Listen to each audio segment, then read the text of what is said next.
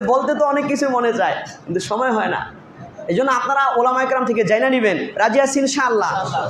আরেকটা বিষয় হচ্ছে এতেকাফ। সামনে কি বলেন? এতেকাফ। আগামী রবিবার মাগরিবের আগে আগে বসতে হবে।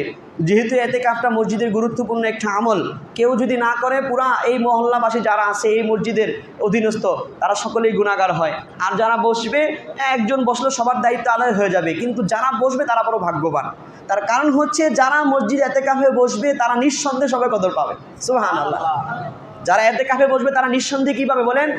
সবে কদর পাবে।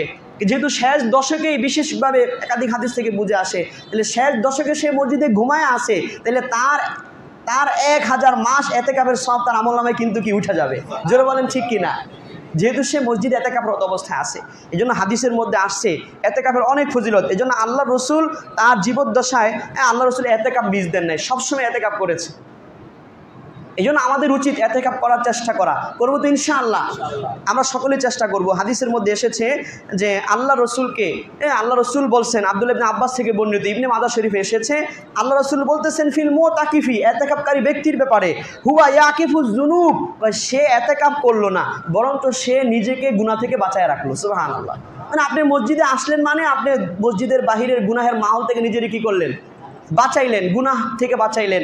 কারণ বাড়িতে থাকলে যেই গুনাহ করা যায়, মসজিদে থাকলে ওটা করা যায় না। এই সে বলছেন যে সে নিজেকে গুনাহ থেকে বাঁচাইলো। ওয়ায়ুজরা লাহু মিনাল হাসানাত কাআমিলিল হাসানাতি কুল্লিহা, যে ইতিকাফ করে তার আমল নামায় দুনিয়ার সমস্ত নেক আমল যারা করে তাদের সমস্ত নেক আমলের সব তার আমল নামায় দেওয়া হয়। সুবহানাল্লাহ। মানে আপনি ইতিকাফে বসে রয়েছেন, কিন্তু আপনার নামায় সব যত ধরনের নেক আমল আছে তার সব আপনার আমল নামায় হইতেছে। সুবহানাল্লাহ।